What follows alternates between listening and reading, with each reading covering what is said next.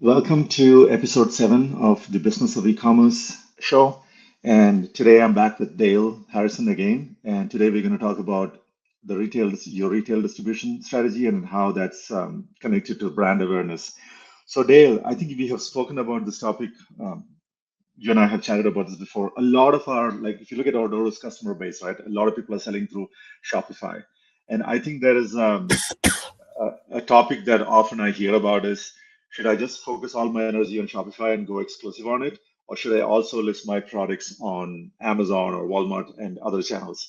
So I think to me and to you, I think what we have realized is that the answer is yes, you need to go multi-channel, you need to list in as many places as possible. So why don't we just talk about it? I want to hear your point of view on that. Yeah, and I think when you're looking at expanding outside your own property, your own e-commerce property, there are really two directions. You can either go to alternative distribution points that are online, like Amazon, Walmart.com, even Target.com, or you can do physical retail distribution. So put physical copies of the product, physical product, on Yep. shelves in stores. Mhm. And I think both of these can be a key driver for the business. And part of the reason for this is, one, not everybody's going to shop on e-commerce. Not everybody's going to shop on your e-commerce site versus a more trusted site like Amazon. But the other thing is that a lot of people are going to have their exposure to your brand and to your product through other channels. And so if you go on Amazon, Amazon's a great environment for discoverability of new brands, because you can put in a generic category search and Amazon will give you 20 different companies offering a product that looks like the thing that you're looking for. And a Mhm. lot of times these are going to be brands that you've never heard of before. Um, and I'll give you a very specific example. Um, uh, a couple of months ago, I bought a flat cap, and and as typical, I'd never bought one before, so I didn't know any brands. So as typical, I went on Amazon and I just typed in flat cap, and so there are tons and tons of these no name companies from China. But then there were a few other brands that, and these were some of these were brands that were actually doing in-feed advertising as well. Mhm. And in the end, there was one called Biddy Murphy, which is an Irish company that makes these very traditional Irish tweed flat caps. And in the end, I ended up buying the cap from Biddy Murphy's e-commerce site, Mm. partly because I really liked the the options that they had, but that they had better, a wider range of options on their website. Not a Mhm. hugely wider range, but Was so the it was price the same on Amazon and the website? essentially there wasn't Okay. any fundamental difference. Um, but so it was one of those things where I never had heard the brand. Mhm. I found it on Amazon. I might well have ordered it on Amazon, but but in this particular case, I ended up going over to their site, looking at their site, and deciding to go ahead and order on their site. Mhm. So, so one of the things about being in places other than your own site um, is that you're giving a much wider range of potential buyers an opportunity to know that you Right. exist. And we Mhm. talked about this in I think the very first of these LinkedIn lives. Your number one problem is that nobody knows you exist. Right. And the most expensive problem to solve is making people aware that you exist. And Okay. and this is a really fundamental challenge, and it's an expensive challenge. Mhm. And one of the advantages of alternative distribution channels is that you can start to solve that problem in a way that's a very, very low cost. Mhm.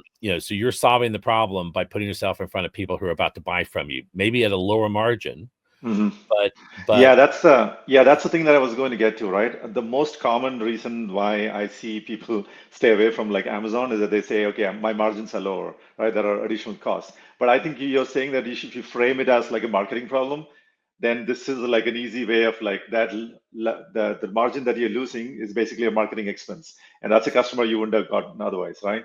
exactly. Yeah. And even beyond that, even if they don't buy from you at that moment, you've at least gotten in front of them. You've gotten Hmm. some sort of brand exposure.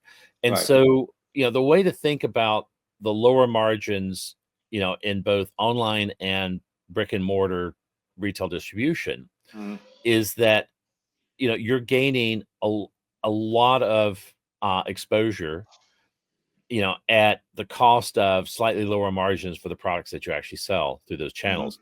Right. And the other thing that people need to think about is that just because you are not on Amazon doesn't mean that they're going to come to your site instead. Because one, they Hmm. have to know you exist. But then Right. the second is if you go, if and I've done this repeatedly, where there was a particular brand I was interested in, I could have, I knew that they had an e-commerce site, but I start with Amazon. I go Hmm. on Amazon, type in the brand, and Amazon is really good about understanding who the brands are, even if they're not selling through Amazon. Hmm. And what Amazon showed me was 15 other brands with exactly the same product that turned out to be better and cheaper than the one that I was originally thinking about. Hmm. And because it's Amazon, it's in Amazon's interest to not let you wander off and find the e-commerce site of that brand once they have you on the site. And If you're so not there, you'll end up losing the sale, right? yeah, and so you end up People are losing the searching using sale. category. Yeah, yeah. I think that's an interesting point. I think in Amazon, if sometimes I mean, I'm searching using a particular brand, but sometimes I'm just looking at the category, right? If it's like maybe it's a kitchen knife, and then I'm seeing a bunch of products come up, and then I'm sorting through that, and then I'm doing maybe doing a little bit more search to figure out exactly. So you kind of like in that framework, Amazon is your discovery engine, right? It's almost like the same as like Google search, but more targeted with a higher intent because someone's out there like really looking to buy something. So, Right. And Amazon is in fact one of the largest search engines on the planet. mhm, Um, and it's the place people do go to do search when they're looking for retail products. right. And so uh, and again, Amazon is really good at knowing who the brands are, even if those brands are not available through Amazon.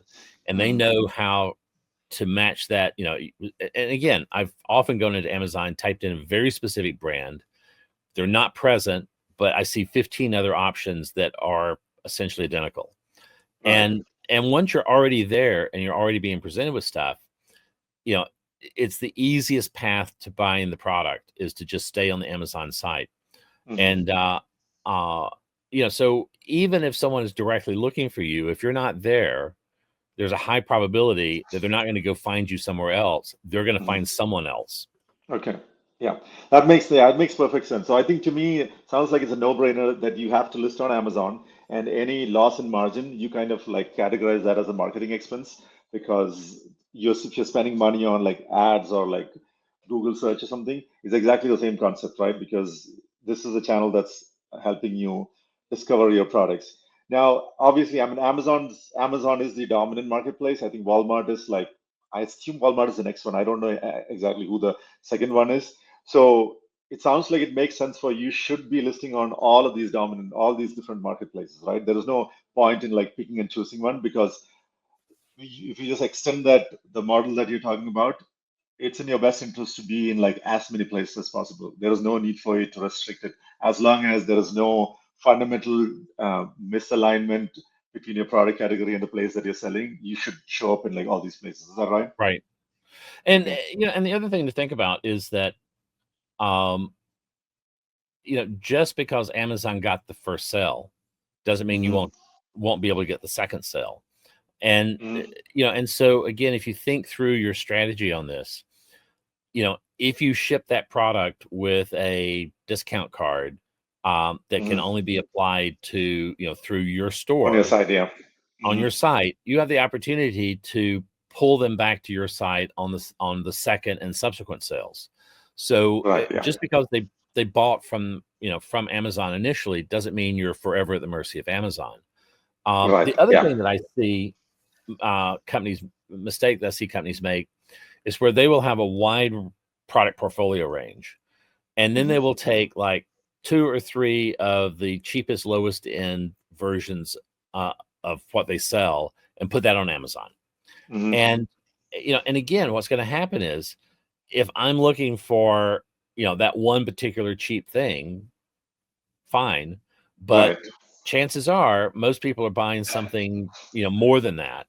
And once they're on Amazon and they see that you're not selling it on Amazon, one, they may not be as nearly as familiar with your inventory on your site as you are, and so they may assume that you No, don't that's the even only thing sell you it. sell. Yeah, Exactly. Yeah. Yeah. and and so again, you can sort of damage the brand by being sort of too chintzy about what you want to list on a site like Amazon. Right. Um, Yeah. that for better or for worse, you're the highest probability outcome when you do that is that you lose the sale to a competitor. And Yeah. and so the question is 20% less margin or 30% less margin, is that more money than zero margin? Zero margin. Yeah, exactly. Yeah. Yeah, that's a very good way to look at it. And then going back to the idea of like adding like a flyer or a discount card in the box, I've seen a lot of merchants do that. I think one thing that Amazon has been doing for a long time is that they don't share the customer's email address, so you don't have an opportunity to like email market to them because Amazon like anonymizes the customer email.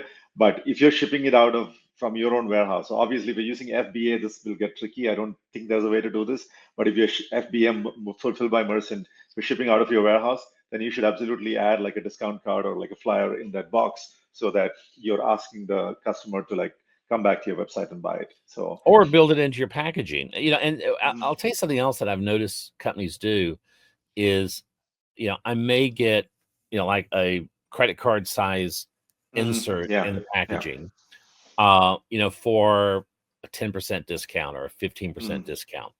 Yeah, Well, the fact is you're paying Amazon probably significantly more than that. Mhm. If you're paying Amazon 30 or 35%, you know, you should easily be able to offer a 30, 35% discount or more to get the second sale back to you, because Mhm. otherwise, they're going to go back to Amazon. And Mhm. so, Mhm. the other thing is to not be cheap about getting the second sale, because chances are, you're going to lose the same amount of profit because they're going to go back to Amazon. If you can get them to your site, you may still lose that profit on the second sale, but you have a chance to, one, know who they are, put them in your Mhm. system, be able to interact with them, and be able to pull them back in for a third, fourth, fifth, sixth sale. Mhm. And and there you're going to get the higher profits. So in many ways, this is sort of a somewhat longer term approach Mhm. to how do you maximize the profit margins, not just the revenue, from each individual account, by using these kind of alternative distribution channels. Right. Yeah, exactly. And I fully agree with that. I think another thing that I'm noticing along with Amazon, right? Amazon is obviously, like I said, it's dominant. Two other areas that are opening up. One is TikTok, and I'm seeing this with a lot of Shopify merchants. Depending on the demographic, if you're selling to a particular demographic, which is like spending a lot of time on TikTok, TikTok Shop seems to be up and coming. I was talking to a customer yesterday. There, for them, the on TikTok has grown so much that it's almost the same. They're selling like 50% through Shopify and the same amount, like another 50% through TikTok Shop. And it's the same story here, right? That's the mechanism for that demographic to discover your product. So you should absolutely list there. Another opportunity I'm seeing is with Temu. Temu, traditionally they've grown as like direct shipping from China, but with all the new tariffs and the de minimis ban coming in, Temu started to pivot into, they are inviting more and more US-based sellers and Canada-based sellers to sell through their platform, and they want the inventory to be located here, right? I think this is a great opportunity for several reasons. One is Temu is like a very highly visited site.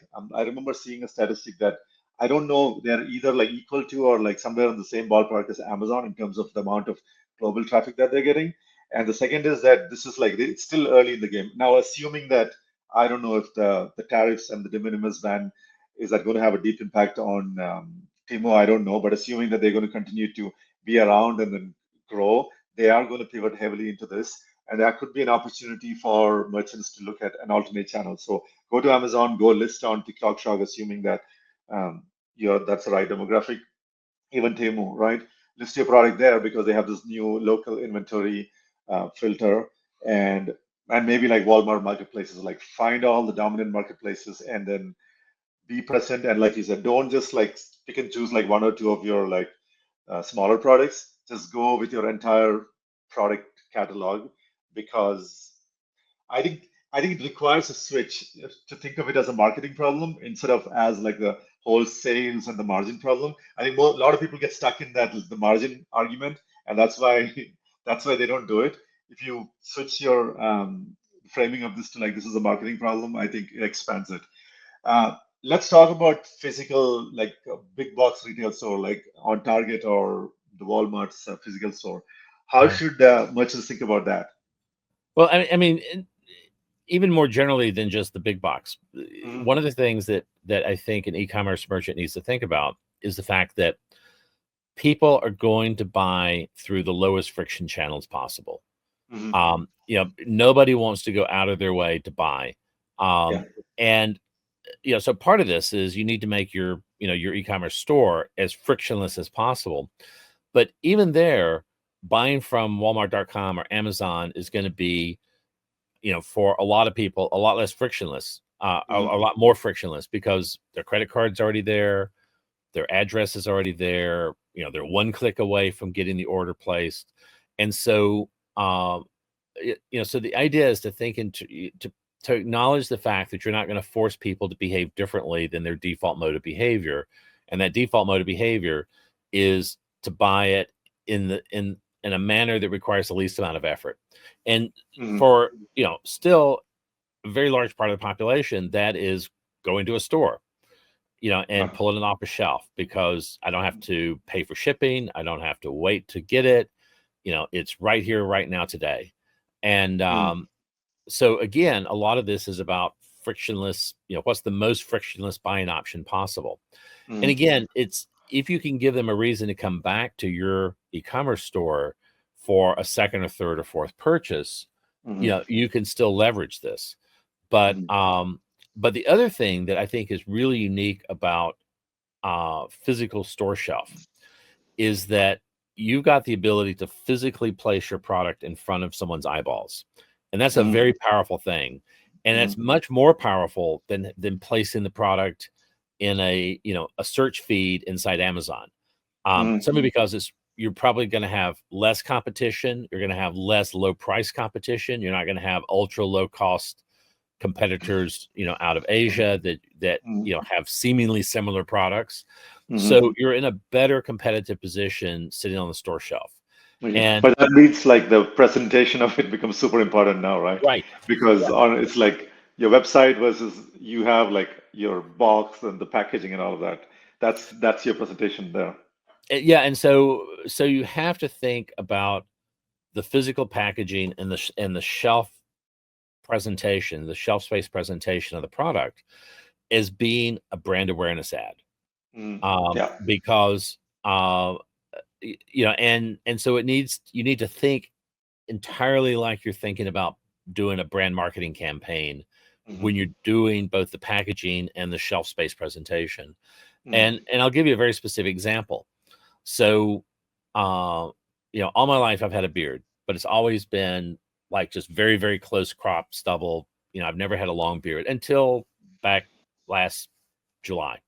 okay. I started growing a beard. And so, you know, I have used shaving products for my entire life. Mhm, Um, but I have never used beard products. And so, I reached a point to where I had no idea what was out there. I had no idea what the brands were. Um, you know, but I was, I realized I needed to sort of buy something in this new category. Every month when I go, or every couple of weeks when I go to the store and I'm buying shaving related products, I'm going down an aisle where the razors and the shaving cream are, But on those aisles are also presentations for beard products. And I have seen them for literally for years, but I never needed one, so I never bought one. But then when I needed it, what I realized was there was only one brand that I had any conception of, which was Cremo, and which has a large online presence. You can buy all their products online, but they also have a really, really well done retail distribution strategy, brick and mortar retail distribution strategy, and they do an extremely good job in terms of physical presentation of the product in the store. So that you see the little tins, they're very, very well branded. And so what was interesting was when I went to look to buy something, I went to Amazon and I typed in Cremo because that was the only brand I knew. And I knew it because I had had monthly brand exposure for years to that one brand, but not to any other brand. And so again, you've got this opportunity to use physical brick and mortar distribution. You should think about this as essentially a brand awareness billboard for your product. That people, that future buyers are getting exposed to this product, even if they're not current buyers.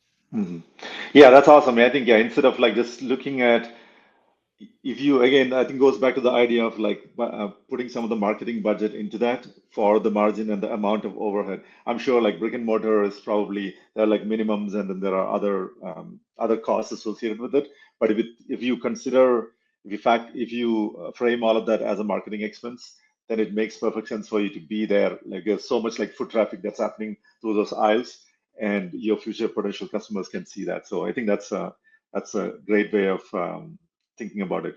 So to kind of wrap it up, I think we're almost out of time today. To me, it sounds like the whole approach of selling, it makes no sense for you to just have like one Shopify store and sell your products through that. You need to also diversify your channels. You need to sell the same product through as many channels that you can. It could be Amazon, it could be TikTok, Temu, Walmart, even like brick and mortar, like large retailers, but try to get it on the shelves. That is the winning strategy. That's the way you need to grow your like DTC e-commerce brand. So that's all time we have time for today. Before we go, just a plug for Ordoro. So Ordoro is inventory management and order management and shipping platform for e-commerce sellers. We have a lot of merchants who sell through Shopify and Amazon and all of these channels, and we primarily focus on the logistics side of it. So orders coming in and you're shipping it out, keeping track of inventory, keeping the inventory in sync across all your channels, reordering stuff into your warehouse and all of that. With that, thank you, Dale. I'm sure like we will do another episode with you again soon. And till next time, thanks for watching.